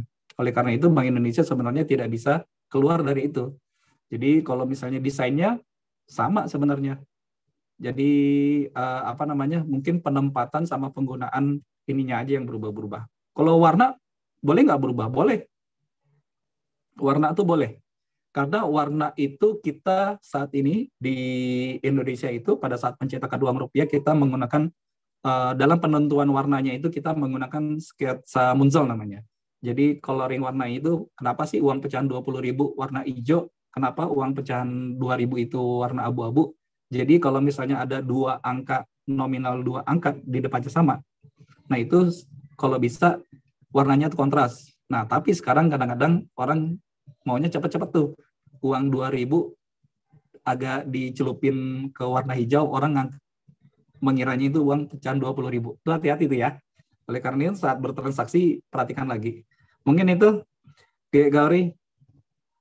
Baik, terima kasih ya teman-teman Bapak. Semoga menjawab pertanyaannya bahwa template dari ruang rupiah itu telah ditetapkan, yang jumlahnya beberapanya saja gitu ya Bapak ya. Iya. Selanjutnya ada dari Komang Widiatari. Izin bertanya, berapa jumlah nominal uang yang dikeluarkan dari percetakan uang per harinya? Terima kasih. Silakan Bapak untuk bisa menjawab. Nah, ini kalau dulu saya ada di Departemen Pengelolaan Uang, itu yang bertugas untuk menentukan perencanaan pencetakan uang. Kalau dari sisi jumlah, ini saya katakan sangat banyak. Karena Indonesia masih cash minded. Jadi orang-orang itu masih pengennya tuh pakai fisik uang. Nah, oleh karena itu Bank Indonesia itu biaya operasional itu kan besar untuk mencetak uang. Nah, kalau misalnya uang yang dikeluarkan oleh Bank Indonesia, tadi yang seperti saya bilang, itu cepat lusuh, nah itu sehingga uang yang lusuh itu kan dimusnahkan. Itu tadi ada pertanyaan tuh, uang lusuh itu dimusnahkan itu didaur ulang atau enggak? Enggak. Kalau sudah dimusnahkan, udah dijadikan butiran-butiran kecil tuh dibuang oleh kita. Nggak didaur ulang. Karena kalau misalnya didaur ulang tuh ongkos pengerjaannya itu lebih besar. Tapi biaya cetak untuk menggantikan uang yang lusuh itu sangat besar. Oleh karena itu, supaya anggaran kita nih, anggaran negara kita, anggaran Bank Indonesia itu tidak percuma buang anggaran banyak-banyak hanya untuk mencetak uang. Karena itu di generasi-generasi muda ini, generasi muda yang ada di Alfa Prima ataupun dari fakultas lain, dari kita nih mulai nih, uang yang ada di kita itu kita rawat supaya umurnya itu lebih panjang. Jadi nggak baru 1 bulan 2 bulan beredar nanti diterima lagi Bank Indonesia dimusnahkan. Jadi kalau misalnya ditanya berapa banyak yang dikeluarkan, sangat banyak. Kalau untuk nominalnya kami dari Bank Indonesia tidak mengeluarkan angka nominalnya, tidak menginformasikan berapa jumlah nominalnya. Karena itu konsumsi terbatas, tapi yang kami himbau adalah ketika kita sudah menerima uang, ingat biaya cetak uang itu mahal, oleh karena itu jangan dirusak uang yang ada di kantong-kantong kita atau di dompet-dompet kita. Mungkin itu Gauri. Baik, terima kasih Bapak. Selanjutnya ada pertanyaan dari Iputu Oka Sukayasa. Selamat pagi. Saya Iputu Oka Sukayasa, mahasiswa kampus Alfa Prima. Izin bertanya, apa tujuan Bank Indonesia sebagai bank sentral? Terima kasih. Silakan Bapak bisa menjawab. Iya. Kalau tujuan utama Bank Indonesia sebagai bank sentral cuma 2 tujuan utamanya. Yang pertama menjaga stabilitas nilai rupiah dari inflasi, artinya dari nilai harga-harga barang. Jadi Bank Indonesia itu tujuan utamanya yang pertama itu, bagaimana rupiah itu stabil dari harga-harga. Tujuannya adalah bagaimana uang rupiah itu stabil dari nilai tukar. Jadi yang pertama stabil dari sisi nilai rupiah terhadap harga barang. Jadi kalau kita belanja nih, supaya beli cabai itu di tahun 2020 itu kan misalnya 2.000 per kilo. Kalau bisa di tahun 2021 itu 2.000 lagi per kilo. Gitu. Itu tujuan utama, itu dari sisi inflasi. Artinya menjaga stabilitas nilai rupiah dari sisi inflasi. Yang kedua, menjaga stabilitas nilai rupiah dari nilai tukar. Jadi kalau bisa, misalnya nih, di bulan Januari, nilai rupiah itu misalnya terhadap dolar itu 14.500. Nah, di bulan Februari, kalau bisa nggak melemah, tapi menguat. Tapi juga menguatnya nggak boleh. Jadi ini unik ya, kalau nilai itu menjaga nilai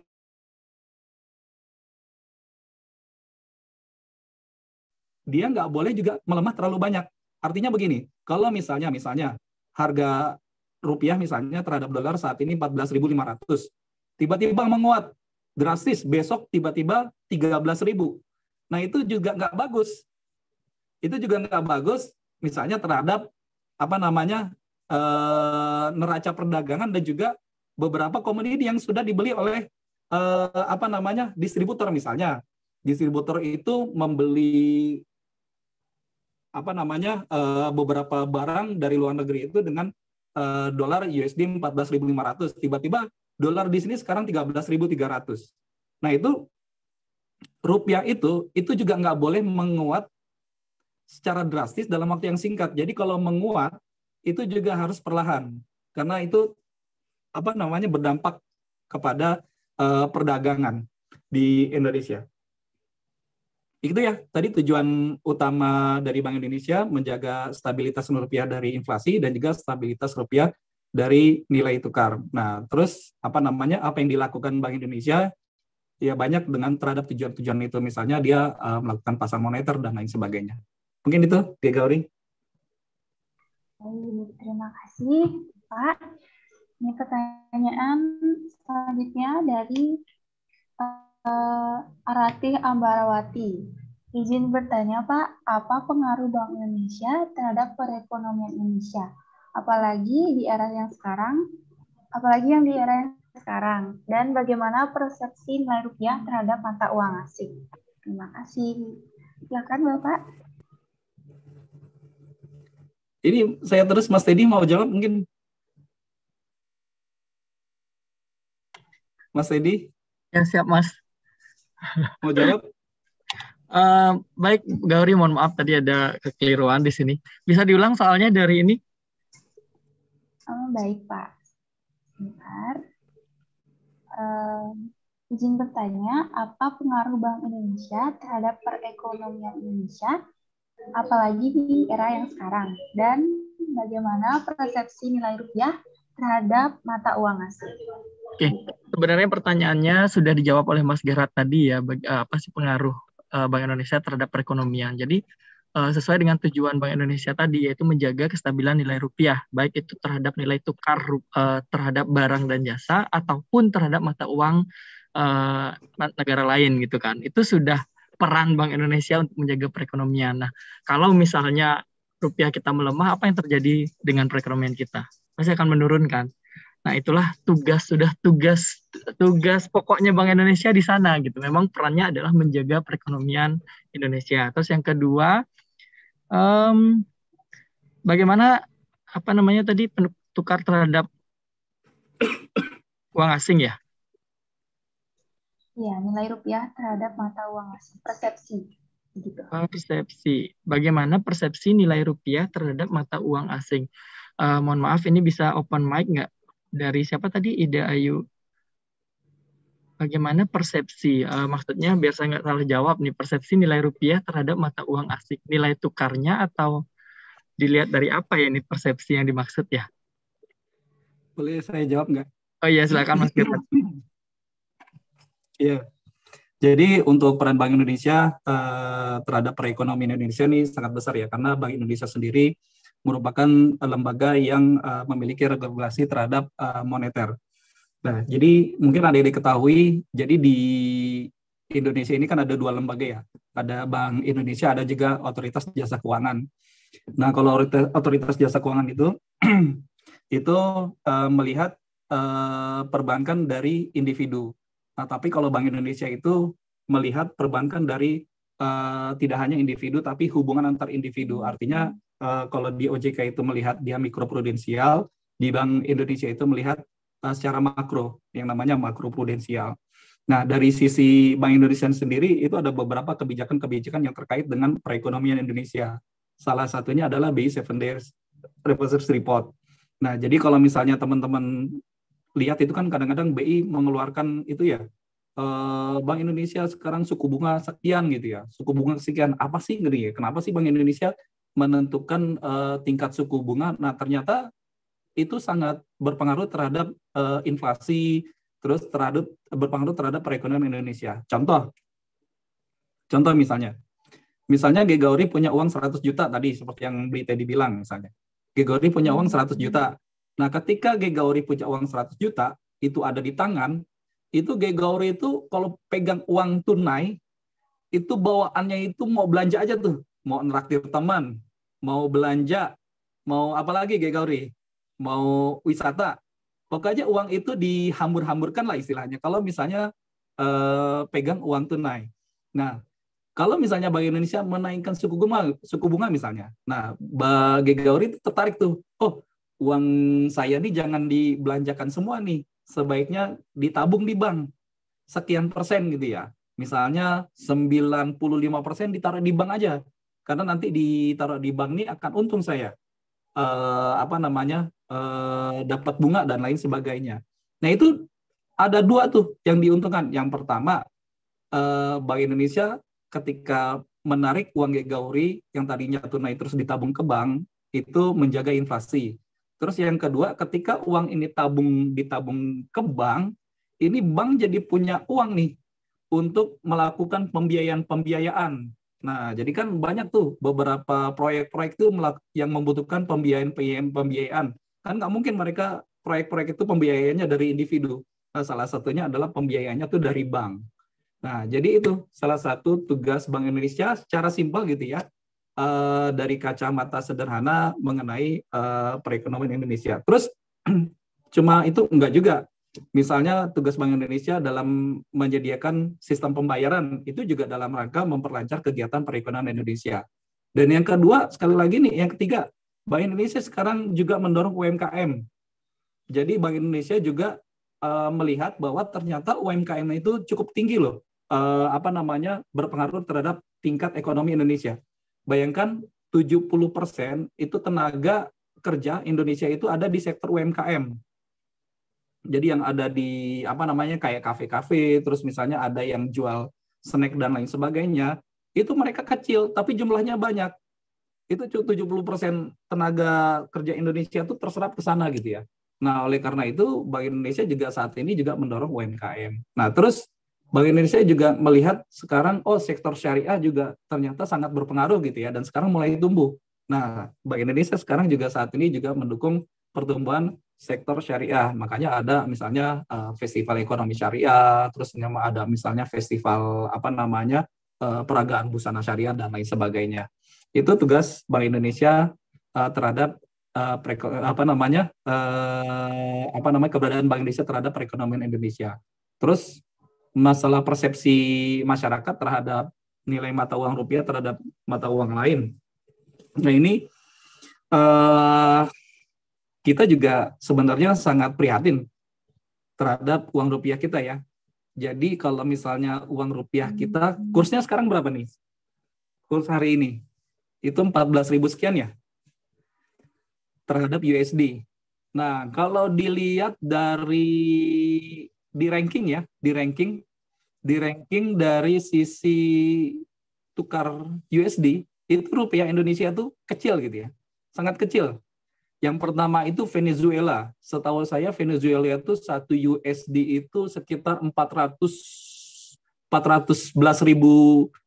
mata uang mereka per 1 USD. Yang kedua, kalau nggak salah itu, setelah itu ada beberapa negara termasuk Vietnam.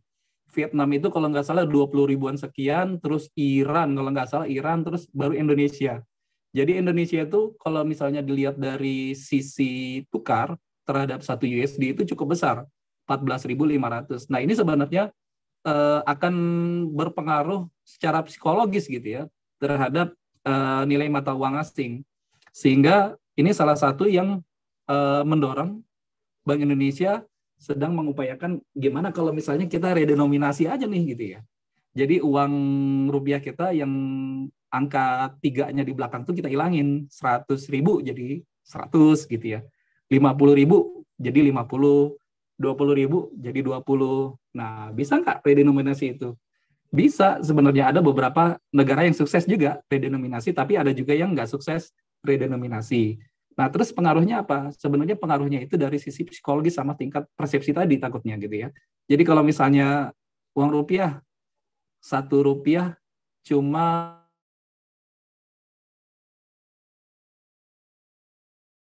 gitu ya. Tapi kalau misalnya Rp1 14.500, nah ini yang masih kita sayangkan. Mudah-mudahan ke depannya cita-cita kita bisa ini ya, bisa terlaksana gitu redenominasi. Walaupun saat ini belum menjadi bahasan utama di DPR.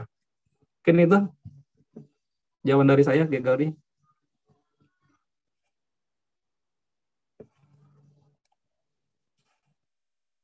Halo. Halo Bapak, baik ini karena durasinya sudah mendekati, kita akan pilih satu pertanyaan lagi untuk yang terakhir nih dari Titin Supriyatin.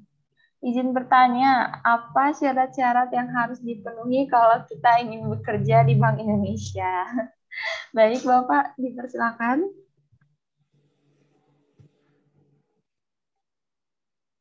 Apa beli Teddy nih yang apa namanya?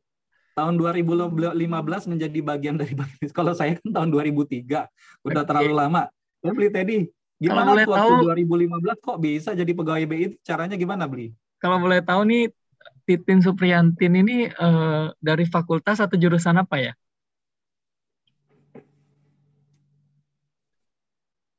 Boleh open mic?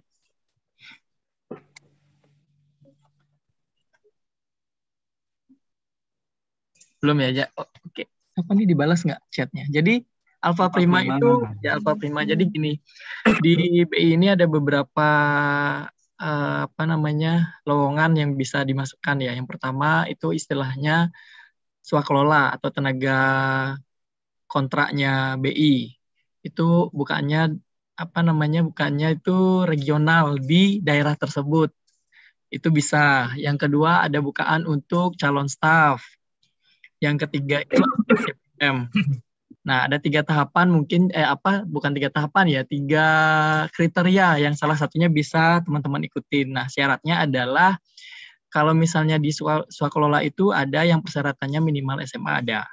Sesuai dengan keahlian masing-masing. Contoh di unit kami di pengelolaan uang rupiah, kita membutuhkan jasa multimedia misalnya. Nah, keahliannya tentu saja harus bisa edit foto, edit video, pengambilan foto, pengambilan video, membuat flyer. Nah, itulah nanti yang akan dites dari masing-masing keahlian.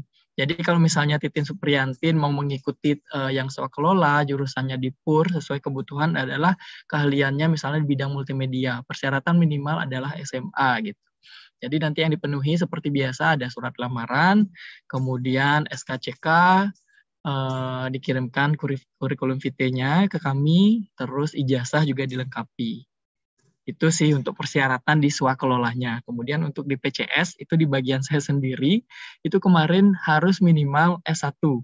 Ada PCS dan asisten-asisten sekarang sudah nggak ada perekrutan, yaitu minimalnya D3. Kalau pada saat saya, itu semua jurusan diperbolehkan. Kecuali, kalau nggak salah ya, kecuali dokter dan biologi pada saat itu. Nah, yang kita penuhi sama dengan persyaratan swakelola, namun bedanya adalah pemenuhan ijazah. Itu minimal, tidak ada minimal umur kalau nggak salah batasan setelah S1 dan maksimalnya S1 itu pada saat rekrutan saya adalah umur 28. Kalau sekarang maksimalnya 26. Itu aja yang dirubah sih. Nah, kemudian setelah kalian mengirimkan lamaran, ada beberapa tahapan tes yang harus kalian ikuti. Yang pertama itu administrasi, setelah administrasi lengkap dan dinyatakan lolos, itu ada psikotes tahap awal. Setelah psikotes ada psikiatri. Bedanya adalah kalau psikotes tentang algoritma, tentang perhitungan, kalau psikiatri tentang psikiater kita ya masih tergolong baik atau sesuai tidak perilakunya dengan yang dibutuhkan oleh Bank Indonesia. Kemudian yang ketiga ada wawancara psikiatri. Setelah itu yang keempat ada tes kesehatan, yang kelima ada wawancara akhir nanti. Nah, yang satu lagi ada PCPM, bedanya itu lebih rumit lagi sih ya, itu karena calon pimpinan muda Bank Indonesia, di sana ada yang namanya tes TOEFL juga, kemudian ada tes kepemimpinan juga di sana tambahannya. Itu mungkin informasinya dari kita untuk rekrutmen di Bank Indonesia. Kalau misalnya mau lebih jelas lagi, itu ada di bi.go.id di kolom karir. Teman-teman bisa selalu buka di sana ya, apabila ada lowongan, di situ akan diinformasikan. Iya, kasih beli tadi. Ya. Jadi Kalau misalnya syarat administrasi terpenuhi, tapi ternyata tidak terinformasikan ke dia kalau ada lowongan di BI, nah itu kan sayang juga. Oleh karena itu, Bank Indonesia itu kan punya Instagram tuh, Instagram, Facebook, YouTube. Mulai deh dari sekarang nih teman-teman nih, follow Instagram Bank Indonesia, terutama Bank Indonesia Bali ya, Bank_Indonesia_Bali. Itu lowongan-lowongan juga diinformasikan di situ, tapi nggak cuma sekedar lowongan, informasi-informasi penting juga di situ, termasuk ini buat mahasiswa nih banyak loh, misalnya kegiatan-kegiatan lomba-lomba yang sebenarnya bisa diikuti oleh mahasiswa-mahasiswa dari Alfa Prima dan lain sebagainya, itu kita informasikan di IG Bank Indonesia Bali. Jadi jangan sampai, aduh, ternyata ada lomba yang jutaan rupiah gitu hadiahnya. Kemarin itu, baru minggu kemarin yang setiap hari itu buat beberapa orang tuh dapat, misalnya kecil sih 150.000, cuma giveaway-nya juga mudah gitu ya.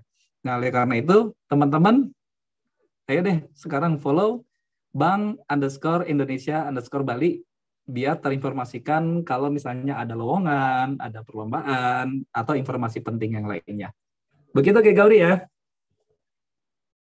Iya, siap Bapak. Jadi untuk teman-teman yang ingin tahu lebih lanjut tentang Bank Indonesia, ingin tahu kegiatannya ataupun melihat lamaran pekerjaan, itu bisa dilihat di Instagram Bank Indonesia Bali di bank_Indonesia_Bali atau websitenya bi.co.id. Nah, betul sekali ya.